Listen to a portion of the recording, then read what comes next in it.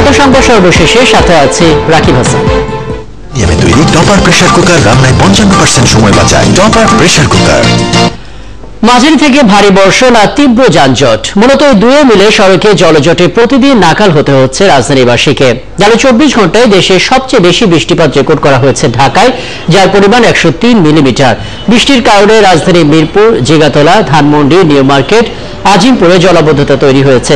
এ সমস্ত এলাকায় যানজট তীব্র আকার ধারণ করেছে, আর এতে চরম ভোগান দিতে পারেন অফিস এবং স্কুলগামী শিক্ষার্থীরা।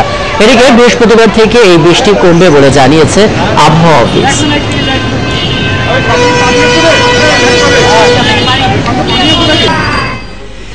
এদিকে উত্তর এবং মধ্যাঞ্চলে বন্যা পরিস্থিতির আরো অবনতি হয়েছে। পানি উন্নয়ন বোর্ডের কর্মকর্তাদের দাবি, ভারতের দোমোহনী ব্যারেজের গেট খুলে দেওয়ায় মূলত তিস্তা, যমুনা সহ উত্তরের সবগুলো নদ নদীর পানি বাড়ছে।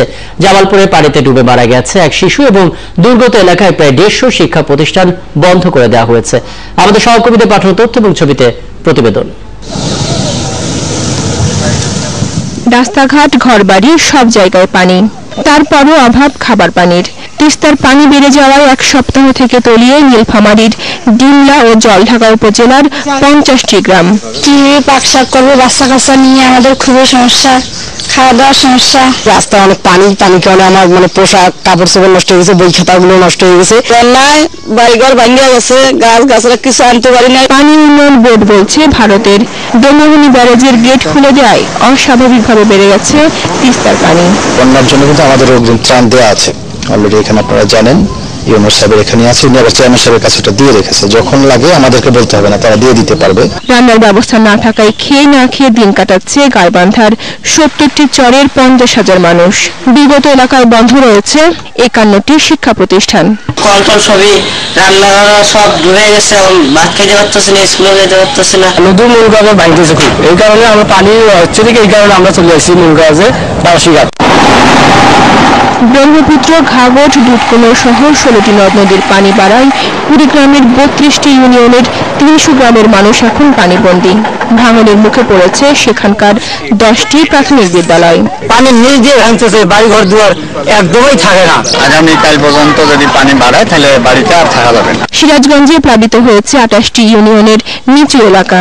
ভাঙন শুরু হয়েছে এনায়তপুরের আরকান্দি থেকে শাহজাদপুরের কৈজুরি পর্যন্ত। জামালপুরের ইসলামপুরে বন্যার পানিতে ডুবে মারা গেছে 10 বছরের শিশু রিপন। বন্যায় প্লাবিত হওয়ায় বগুড়ার সারিয়াকান্দিতে বন্ধ 56টি শিক্ষা প্রতিষ্ঠান। সেখানে বীজতলা সহ 3000 হেক্টর জমির ফসল তলিয়ে আছে। বনশ্রী হালদার, 71। এদিকে ত্রাণ সামগ্রীর অভাব নেই জানিয়ে বন্যা নিয়ে রাজনীতি না করে দলমত নির্বিশেষে সবাইকে দুর্গতদের পাশে দাঁড়ানোর অনুরোধ করেছেন দুর্যোগ ব্যবস্থাপনা এবং ত্রাণ মন্ত্রী মোফাজ্জল হোসেন চৌধুরী মায়া। বুধবার বন্যা পরিস্থিতি নিয়ে সচিবালয়ে এক সংবাদ সম্মেলনে তিনি একথা জানান। এ সময় তিনি বলেন, দেশের 13 জেলায় 6.5 লাখ মানুষ চলমান বন্যার কারণে ক্ষতিগ্রস্ত হয়েছে। তিনি জানান, সব মিলিয়ে মোট 45 উপজেলায় কয়েক লাখ মানুষ এখন পানিবন্দী। বাড়িঘর ডুবে যাওয়ায় অনেকে হয়ে পড়েছেন নিরাশ্রয়। পানি উঠে বন্ধ রাখা হয়েছে কয়েকশো বিদ্যালয়। আর দুর্গত এলাকার মানুষদের জন্য ত্রাণ সামগ্রীর অভাব নেই বলেও উল্লেখ করেন ত্রাণমন্ত্রী। এক নারী কর্মী সহ 6 জনকে আটক করেছে পুলিশ।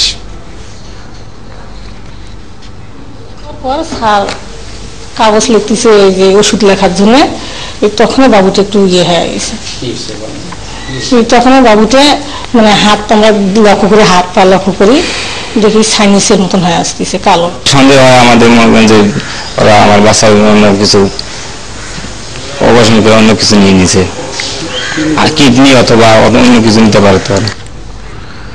ঠাকুরগাঁয়ে বড়দের সামনে ধূমপান করা নিয়ে বিরোধের জের ধরে স্বেচ্ছাসেবক লীগের নেতাকে হত্যা করেছে এক যুবলীগ নেতা। এ ঘটনায় গ্রেপ্তার হয়েছে 2 জন। সদর থানার ওসি তদন্ত এটিএম সিফাতুল ইসলাম জানান, মঙ্গলবার রাত 12টার দিকে স্থানীয় মুন্সিরহাট বাজারে ধূমপান করে স্বেচ্ছাসেবক লীগ নেতা আব্দুল মান্নান। তাকে নিষেধ করে যুবলীগ নেতা সাজিদ দত্ত। এ নিয়ে কথা কাটাকাটির এক পর্যায়ে প্রকাশ্যেই সাজিদ ধারালো অস্ত্র দিয়ে আঘাত করে মান্নানকে। গুরুতর জখম অবস্থায় তাকে হাসপাতালে নেওয়া হলে মৃত ঘোষণা করেন চিকিৎসক। ঘটনার পর থেকে খুঁজে পাওয়া যাচ্ছে না সাজিবকে। এরই মধ্যে সাজিবের বড় ভাই ও এক বন্ধুকে আটক করেছে পুলিশ।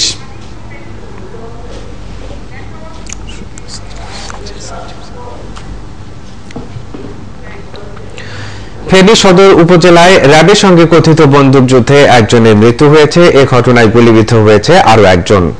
র্যাব ৭-এর ফেনী ক্যাম্পের কোম্পানির অধিনায়ক স্কোয়াড্রন লিডার সাফায়েত জামিল ফাহিম জানান, মঙ্গলবার মধ্যরাতে ঢাকা চট্টগ্রাম মহাসড়কে ফেনীর লেমুয়া এলাকায় গোলাগুলির এ ঘটনা ঘটে। নিহত ফয়সাল ডাকাত দলের সদস্য বলে র্যাবের ভাষ্য। লেমুয়া এলাকায় প্রাইভেট কারে ডাকাতি হচ্ছে এমন খবরে সেখানে অভিযানে যায় র্যাবের একটি দল। এ সময় দুপক্ষের মধ্যে পাল্টাপাল্টি গুলিতে ফয়সাল ও সেলিম নামে দুই ডাকাত আহত হয়। তাদের ফেনী সদর হাসপাতালে নিয়ে গেলে চিকিৎসক ফয়সালকে মৃত ঘোষণা করেন।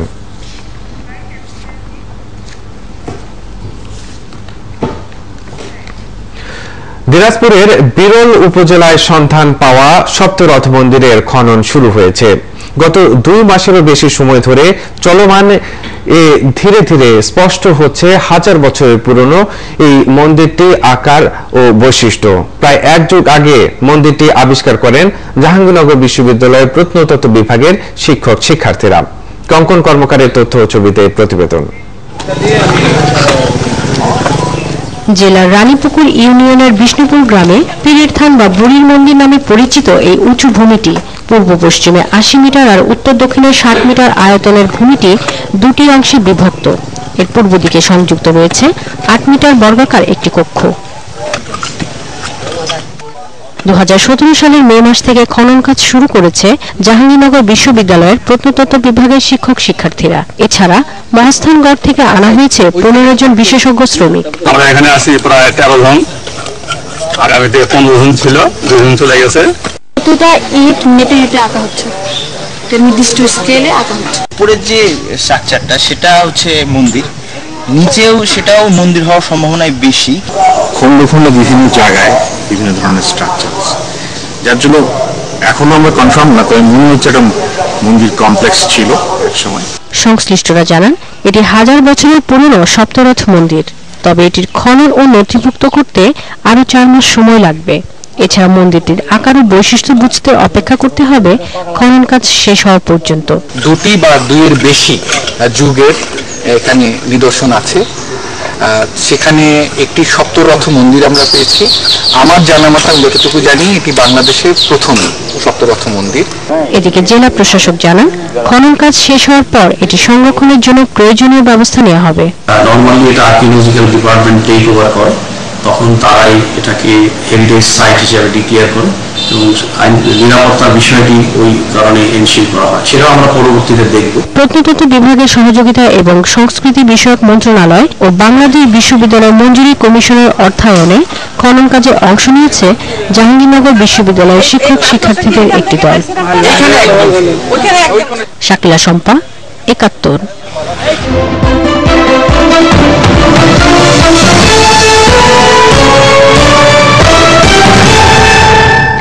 আইএসের স্বঘোষিত খলিফা আবু বকর আল বাগদাদি মারা গেছেন, এ তথ্য নিশ্চিত করেছে Syrian Observatory for Human Rights. আর তার মৃত্যু রুশ বিমান হামলায় হয়েছে বলেই ধারণা করা হচ্ছে। কিন্তু কে এই বাগদাদি, উত্তর খুঁজেছেন সহকর্মী আফসানা শাওন। এই মুহূর্তে বিশ্বের সবচেয়ে ভয়ঙ্কর মানুষ আইএস নেতা আবু বকর আল বাগদাদি। অনেকদিন ধরেই তার মৃত্যু নিয়ে কথা হচ্ছে, কিন্তু নিশ্চিত কোনো তথ্য পাওয়া যাচ্ছে না। সেরা একাদশ খুঁজছেন, মেলাতে পারছে না বাংলাদেশ অনূর্ধ্ব 23 ফুটবল দলের কোচ অ্যান্ড্রু ওর্ড। এখনো বুঝে উঠতে পারেননি খেলোয়াড়দের, বলছেন সহকারী কোচ। নেপালের পর বৃহস্পতিবার দোহায় কাতার যুব দলের বিপক্ষে আরো একটা ফিফা ফ্রেন্ডলি এই ম্যাচ থেকে আত্মবিশ্বাস নিয়ে ফিলিস্তিন যেতে চায় কোচ ইউনিট। বৃহস্পতিবার ম্যাচ শুরু বাংলাদেশ সময় রাত 8:30টায়। নেপাল থেকে সাইফুল রূপকের প্রতিবেদন। নেপালের বিপক্ষে মঙ্গলবার বিকেলের হার তখনও তরতাজা। বুধবার কাকডাকা ভোরে গোটা টিম ফিটফাট, যেতে হবে কাতারের দোহায়। গোল আসে না, জয় পায় না, ছেলেদের ফুটবলে চলছে এটা। নিজের পয়লা ম্যাচে হেড কোচ অ্যান্ড্রু শুরু থেকে খেলাননি সিনিয়র কজন ফুটবলারকে।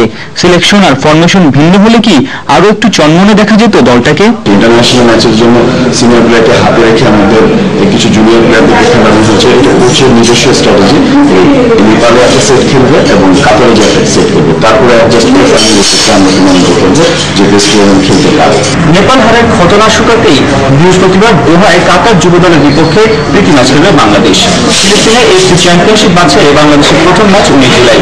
মূল টুর্নামেন্টের দারুণ শুরুর জন্য এই ম্যাচটা কতটা গুরুত্বপূর্ণ কোচিং ইউনিটের কাছে? হাই টিমের সাথে খেলতে গেলে কি ধরনের খেলা লাগে সেটা আমাদের বেশি গুরুত্ব দিচ্ছে এবং কাতারের ম্যাচকে আমরা গুরুত্ব দিচ্ছি।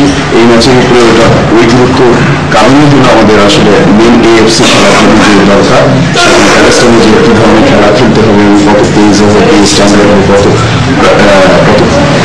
পাওয়ার খেলতে যেতে পারবো বা কি ধরনের ডিফেন্স কি ধরনের অ্যাটাকিং হবে সেটার অনেক গুরুত্ব হলো কাতারের ম্যাচের উপরে।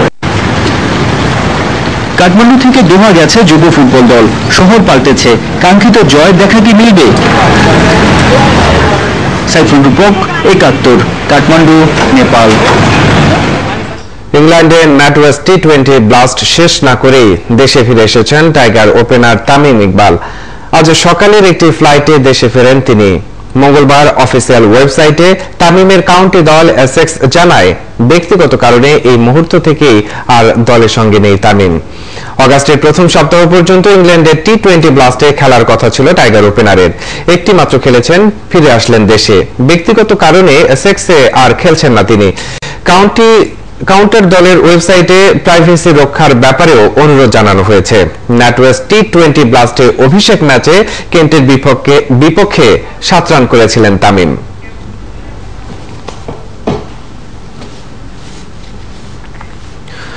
উনিশশো সালের পর প্রথম ব্রিটিশ নারী হিসেবে উইম্বলডন টেনিসের সেমিফাইনাল উঠেছেন জোহানা কন্টা। কোয়ার্টার ফাইনালের ওয়ার্ল্ড নাম্বার 7 পার করেছেন সিমোনা হালেপ বাধা। শেষ 4-এর টিকিট কেটেছেন ভেনাস উইলিয়ামস, গার্বিন মুগুরুজা ও রাইবোরিকোভা। ছেলেদের এককে কোয়ার্টার ফাইনালে উঠেছেন সাবেক নাম্বার 1 নোভাক জোকোভিচ। বিস্তারিত নুসরাত জাহানের প্রতিবেদনে। সংবাদ সংযোগ শেষ করার আগে শিরোনামগুলো জেনে নেব আরো একবার। রাজধানীর বিভিন্ন এলাকায় জলজটে নাকাল মানুষ, দুর্ভোগ বাড়াচ্ছে খানাখন্দে ভরা রাস্তা।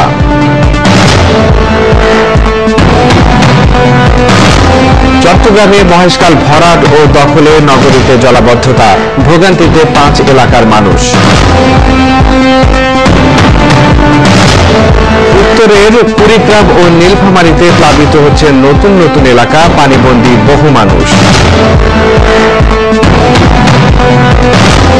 রংপুরে কিডনি চুরির সময় শিশুর মৃত্যুর অভিযোগ, প্রাইভেট ক্লিনিকের 6 কর্মীকে আটক। ঠাকুরগাঁয়ে স্বেচ্ছাসেবক লীগ নেতা খুন, ফেনীতে কথিত বন্দুকযুদ্ধে মারা গেছে একজন।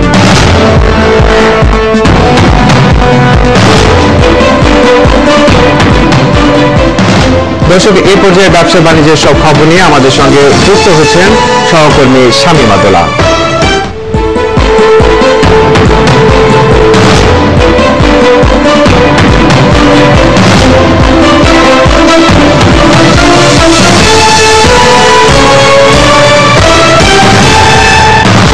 স্বাগত অর্থযোগের সাথে আছি শামীমা দোলা।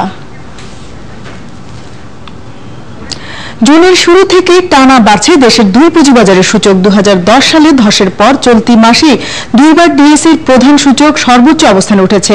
রেকর্ড হয়েছে বাজার মূলধনেও। বিশ্লেষকরা বলছেন, ব্যাংক আমানতে সুদ হার কমে যাওয়া এবং বিদেশি বিনিয়োগ বাড়ায় বাজারে ফিরছেন বিনিয়োগকারীরা। বিস্তারিত প্রতিবেদনে। 2010 সালে ধসের পর নিয়ন্ত্রক সংস্থা সহ সরকারের নানা উদ্যোগেও গতি ফিরেনি পুঁজিবাজারে। কিন্তু নতুন অর্থবছরের বাজেট ঘোষণার পর থেকেই পাল্টে যায় চিত্র। বাড়তে থাকে সূচক ও লেনদেন। গেল 1 মাসে ডিএসই প্রধান মূল্য সূচকে যোগ হয়েছে 375 পয়েন্ট। মঙ্গলবার দিন শেষে ডিএসই এক্স সূচক দাঁড়ায় 5038 পয়েন্টে।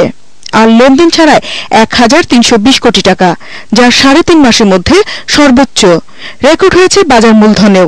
গতকাল দিন শেষে ডিএসইর বাজার মূলধন দাঁড়ায় 3,89,000 কোটি টাকারও বেশি। ব্রোকারেজ হাউস অ্যাসোসিয়েশনের সভাপতি বলছেন, বিদেশি বিনিয়োগ বাড়া আর ব্যাংকের সঞ্চয়ে সুদ হার কমানোর সিদ্ধান্তে বাজারমুখী হয়েছেন বিনিয়োগকারীরা। বেড়েছে বড় বিনিয়োগকারীদের সক্রিয়তাও। বাজেটের মধ্যে আরএমজি সেক্টরে 20% ট্যাক্স শিখে যেটা 12% করা হয়েছে, সেটা একটা প্রভাব ফেলেছে। আরেকটা বাজারে যে প্রভাবটা ফেলেছে, যে বড় বিনিয়োগকারীরা যারা সাইডলাইনে ছিলেন ওনারা এখন বাজারমুখী হয়েছেন, এবং যেহেতু ইন্টারেস্ট রেট সেভিংস ডিপোজিটের উপরে ইন্টারেস্ট রেট কমে গেছে, সে বিধায় কিছু টাকা মানি মার্কেট থেকে ক্যাপিটাল মার্কেটে ফ্লো বাড়ছে। এরপরের কারণটা হলো যে বিদেশিদের প্রায় এ পর্যন্ত 2200-2300 কোটি টাকার মতো ওদের বিনিয়োগ বেড়েছে। বাংলাদেশ সিকিউরিটিজ অ্যান্ড এক্সচেঞ্জ কমিশনের সাবেক এই চেয়ারম্যানও মনে করেন আস্থা ফিরতে শুরু করেছে বিনিয়োগকারীদের, আর এরই প্রভাব পড়েছে বাজারে। ঈদের পরে আবার আমাদের দেশে বাজার চাঙ্গা হয়েছে এবং অন দ্য হোল বাজারে একটা আস্থা বেড়েছে, কারণ টার্নওভারটাও দেখা যাচ্ছে আস্তে আস্তে বাড়ছে। তো এটা ফ্যাক্টর অনেক কিছু থাকতে পারে, এটা একটা মনস্তাত্ত্বিক ফ্যাক্টর থাকতে পারে, যেটা আস্থার ব্যাপার, যে আস্থা ফিরে আসছে। চলতি সপ্তাহে গেল 3 কার্যদিবসে প্রতিদিনই সূচক ও লেনদেন বেড়েছে 2 স্টক এক্সচেঞ্জে। শামীমা দোলা, 71, ঢাকা। দর্শক, এবারে জানিয়ে দিচ্ছি দেশের পুঁজিবাজারের খবর। টানা ঊর্ধ্বগতির পর সপ্তাহের 4র্থ কার্যদিবসে দিন শেষে সূচক কমেছে দেশের 2 পুঁজিবাজারে, সে সাথে কমেছে বেশিরভাগ প্রতিষ্ঠানের শেয়ারের দর। বুধবার দিন শেষে ডিএসসির প্রধান মূল্য সূচক ডিএসসি এক্স সূচক 40 পয়েন্ট কমে দাঁড়িয়েছে 5790 পয়েন্টে। অপর সূচকগুলোর মধ্যে ডিএসসি এস সূচক কমেছে 5 পয়েন্ট এবং ডিএস30 সূচক কমেছে 10 পয়েন্ট। লেনদেন হয়েছে 899 কোটি 10 লাখ টাকার শেয়ার ও মিউচুয়াল ফান্ডের ইউনিট। এর মধ্যে দাম বেড়েছে 64টির, কমেছে 233টির এবং বদলায়নি 33টির দর। এদিকে সিএসির সার্বিক সূচক 161 পয়েন্ট কমে দাঁড়িয়েছে 17,953 পয়েন্টে। অপর সূচকগুলোর মধ্যে সিএসি এক্স সূচক কমেছে 97 পয়েন্ট এবং সিএস30 কমেছে 167 পয়েন্ট। লেনদেন হয়েছে 56 কোটি 87 লাখ টাকার শেয়ার ও মিউচুয়াল ফান্ডের ইউনিট। এর মধ্যে দাম বেড়েছে 58টির, কমেছে 210টির এবং বদলায়নি 13টির দর।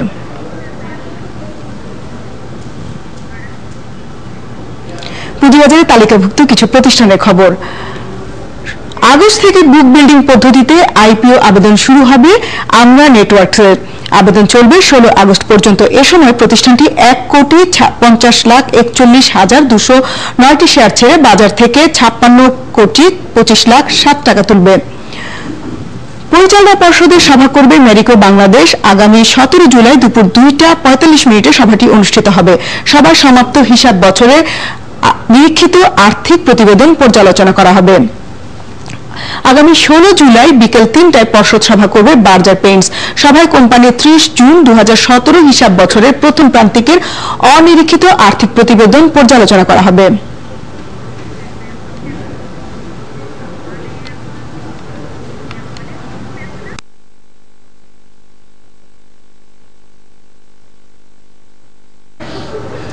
সংশোধনমূলক কর্মপরিকল্পনা বাস্তবায়নের ব্যর্থতার কারণে 156টি পোশাক কারখানার সাথে সম্পর্ক স্থগিত করেছে alliance for Bangladesh worker safety.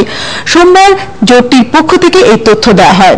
এর আগে সিএপি বাস্তবায়নে ব্যর্থ হয় 154টি পোশাক কারখানার সঙ্গে সম্পর্ক স্থগিত করে অ্যালায়েন্স। গত মাসে জোটটি আরও 2টি কারখানার সঙ্গে সম্পর্ক স্থগিত করে। 10 জুন সিএপি বাস্তবায়নে অগ্রগতি যথেষ্ট না হয় চট্টগ্রামের লিবার্টি পলি জোন লিমিটেড এবং 18 জুন বিএইচআইএস অ্যাপারেলস লিমিটেডের সাথে সম্পর্ক স্থগিতর ঘোষণা দেয় সংস্থাটি। 2013 সালে রানা প্লাজা দুর্ঘটনার পর দেশের পোশাক শিল্প মূল্যায়নের কাজ শুরু করে ক্রেতা ও শ্রম অধিকার সংস্থার এই জোটটি। প্রায় 4 বছরে 92টি কারখানার সিএপি বাস্তবায়নের মাধ্যমে সংস্কার কার্যক্রম সম্পন্ন করেছে অ্যালায়েন্স।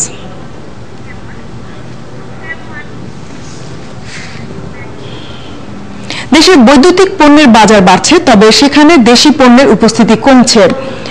প্রতিযোগিতায় হেরে গিয়ে স্থানীয় ব্যবসায়ীরা চীনে তৈরি পণ্য নিজস্ব ব্র্যান্ডে বিক্রি করছেন। এই পরিস্থিতি থেকে বেরিয়ে আসতে যৌথ বিনিয়োগ আর এ খাতের এসএমইগুলোতে স্বল্প সুদে ঋণ দেওয়া জরুরি বলছেন ব্যবসায়ীরা। জাহাদুল ইসলামের প্রতিবেদনে। 37 বছর ধরে রাজধানী নবাবপুরের পাইকারি বাজারে বৈদ্যুতিক পণ্য বিক্রি করছেন আবু হাজরাল রানা। কয়েক বছর আগেও দেশেও অনেক পণ্য বিক্রি করতেন তিনি, এখন সবই চীনা। তাই নিজ প্রতিষ্ঠানের নামে ব্র্যান্ড তৈরি করে অনেকের মতোই মেড ইন চায়না পণ্য বিক্রি করছেন তিনি। কাস্টমাররা নিজেরাই বাইরে, অনেক লোক আছে যারা বাইরে যাতায়াত করে, তারা বাইরে থেকে কিনে নিয়ে আসে। যখন তারা বাইরে থেকে কিনে নিয়ে আসে তখন আর আমাদের এই আইটেমগুলি তারা কিনে না। বিদায় যে এখন আমরাও বাইরে যাই, যে নতুন নতুন কোন আইটেমগুলি বিদেশে প্রোডাক্ট হইতেছে, সেই প্রোডাক্টগুলো আমরাও যা খুঁজা তাদের থেকে কালেকশন করতেছি এবং বিভিন্ন সময় বিভিন্ন নতুন নতুন ডিজাইন আইনা আমরাও কাস্টমারের চাহিদাটা পূরণ করতে পারতেছি। সারা দেশে বৈদ্যুতিক সামগ্রীর বাজারের চিত্র একই। দেশে switch, socket, circuit breaker, bulb ও পাখা সহ বিভিন্ন বৈদ্যুতিক ফিটিংসের বাজার কমপক্ষে 5,000 কোটি টাকার। তবে চীনের তৈরি পণ্যের সাথে প্রতিযোগিতায় টিকতে না পেরে অনেক দেশি উৎপাদকই কারখানা বন্ধ করে দিয়েছেন। এই একটা লাইট বানাইতে 4টা কাঁচামাল লাগে, 4টা কাঁচামাল হলো বাইরের থেকে আনতে হবে। তো এটা আইনা যদি আমরা ইনপুট করে আনি, তো আমাদের ট্যাক্স বেশি। এটা ট্যাক্স দিয়ে আইনা এখানে আপনার লেবার কস্ট দিয়া বানায়া যে কস্টিংটা আসে, এটা আমাদের চায়নার সাথে আমরা পারি না। এই ব্যবসায়ী নেতা বলছেন, দেশে বৈদ্যুতিক পণ্য তৈরিতে এখন যৌথ বিনিয়োগ প্রয়োজন। আর দরকার এসএমই উদ্যোক্তাদের জন্য স্বল্প সুদে ঋণের ব্যবস্থা করা। ওয়ান স্টপ সার্ভিস এখানে দিতে হবে। যে কথা বললাম যে আমি একটা এখানে একটা মেইন সুইচ আমি এখানে প্রোডাকশন করব, আমার 8 জায়গা থেকে পারমিশন নিয়ে আসতে হবে। এই 8টা সেক্টর থেকে পারমিশন করে এনে দেখা গেল যে 2 বছর পার হয়ে যাবে। ব্যবসায়ীরা জানালেন, এই আমদানি নির্ভর দেশে আবার বৈদ্যুতিক কেবল তৈরিতে স্বনির্ভর, রপ্তানিও হচ্ছে। কারণ নিত্য নতুন ডিজাইন পরিবর্তন হয় না, তাই বিনিয়োগ ঝুঁকিও কম। জাহিদুল ইসলাম, 71, ঢাকা।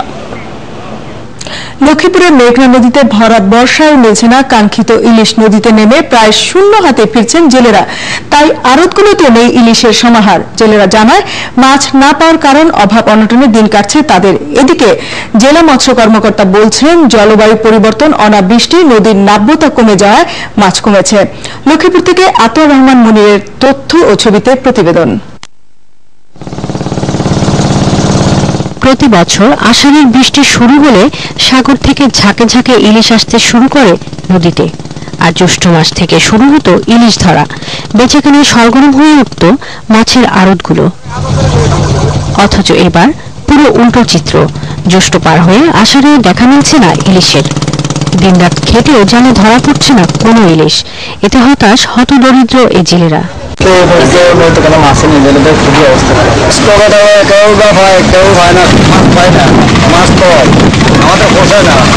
একই অবস্থা জেলার মজু চৌধুরীহাট, রামগতি উপজেলার গজরিয়া বরাচর, তেলিচর আলেকজান্ডার ও রায়পুর উপজেলার জালিয়াচর, পানিঘাট ও কমলনগরের কালকিনি সহ উপকূলীয় এলাকাগুলোর। নদীতে যাই, বাসাউটা পানি, মাছ নাই। আমরা বড় অসহায় মানুষ কেনার জন্য আসছি। এই সময় তো মাছ থাকার পর কিন্তু জেলেরাও মাছ পাইতেছে। 40 কেজি দরকার না, 20 কেজি করে সবাই তাহলে আমাদের ভিতরে ঘাটতি দেবে, সমস্যাগুলো তৈরি হবে। এদিকে জেলা মৎস্য কর্মকর্তা বলছেন, জলবায়ু পরিবর্তন, অনাবৃষ্টি, নদীর নাব্যতা কমে যাওয়ায় মাছ কমেছে। তবে কিছুদিনের মধ্যেই মাছ পাওয়ার সম্ভাবনা রয়েছে। বৃষ্টিপাত, তাপমাত্রা, পানি গভীরতা, এটার উপরে কিন্তু মাছের প্রাপ্যতা নির্ভর করে। গত বছর এই সময় কম পাওয়া গেছে, কিন্তু আগস্টের দিকে কিন্তু মাছের মান বেড়ে গেছে। আমরা আশা করতেছি আগস্টের দিকে আস্তে আস্তে মাছ বাড়তেছি এবং আরো বেশি বেশি মাছ পাওয়া যাবে। জেলার মৎস্য বিভাগের তথ্য মতে লক্ষ্মীপুরের রায়পুর হাজিমারা থেকে রামগতির আলেকজান্ডার পর্যন্ত 100 কিলোমিটার মেঘনা নদীতে প্রতিদিন মাছ ধরে প্রায় 47,000 জেলে। এদের মধ্যে নিবন্ধিত জেলের সংখ্যা 27,800 জন। শাকিলা শম্পা, 71। দেশের চতুর্থ প্রজন্মের 4G টেলিযোগাযোগ সেবা চালুর জন্য তরঙ্গ নিলামের খসড়া নীতিমালা প্রকাশ করেছে বাংলাদেশ টেলিযোগাযোগ নিয়ন্ত্রণ কমিশন বিটিআরসি। সোমবার ডাক ও টেলিযোগাযোগ বিভাগের ওয়েবসাইটে নীতিমালাটি প্রকাশ করা হয়।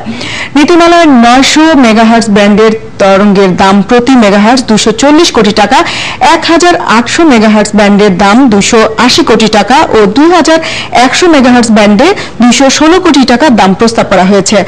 আবার যে কোনো তরঙ্গ দিয়ে যে কোনো প্রযুক্তির সেবা বা প্রযুক্তি নিরপেক্ষতা সুবিধার জন্য মেগাহার্টজ প্রতি 80 কোটি টাকা আদায়ের প্রস্তাব করা হয়েছে। এর আগে প্রযুক্তি নিরপেক্ষতার জন্য মেগাহার্টজ প্রতি মূল্য 56 থেকে 64 কোটি টাকা নির্ধারণের প্রস্তাব দিয়েছিল বিটিআরসি।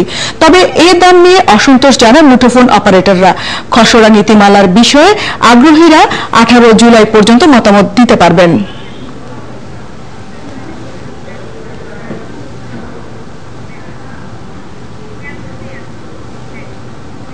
2019 2016-17 অর্থ বছরে ভারতে বাংলাদেশি পণ্যের রপ্তানি আয় কমেছে। এ সময় দেশটিতে রপ্তানি হয়েছে প্রায় 67 কোটি 24 লাখ ডলার, যা এর আগের বছরের তুলনায় 2.49% কম। সম্প্রতি এই তথ্য প্রকাশ করেছে ইপিবি। ইপিবির তথ্য অনুযায়ী 2015-16 অর্থ বছরে ভারত থেকে রপ্তানি আয় হয়েছিল 68 কোটি 96 লাখ ডলার, আর 2013-14 অর্থ বছরে রপ্তানি আয় হয় 45 কোটি 56 লাখ ডলার। পরপর 2 বছর বৃদ্ধির পর এবারই রপ্তানি আয় কমেছে দেশটিতে। পাট ও পাটজাত পণ্যে এন্টি ডাম্পিং শুল্ক আরোপের ফলেই রপ্তানি আয় কমেছে বলে মনে করছেন রপ্তানিকারকরা।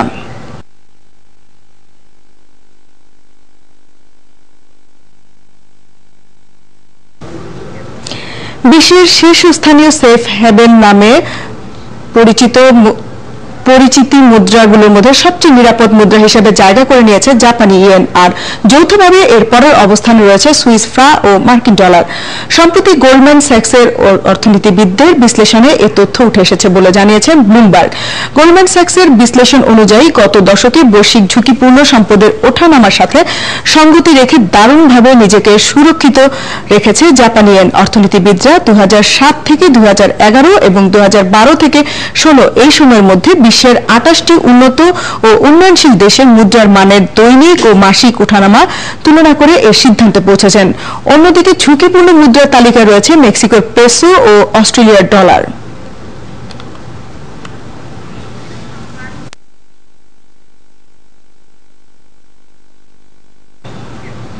এই ছিল সংবাদ সংযোগে। প্রতিদিন দুপুর 2টায় থাকবে অবিরাম আয়োজন। জানতে চাই আপনার কথা, যোগ দিন 71 ফেসবুকে। সংবাদে থাকুন 71।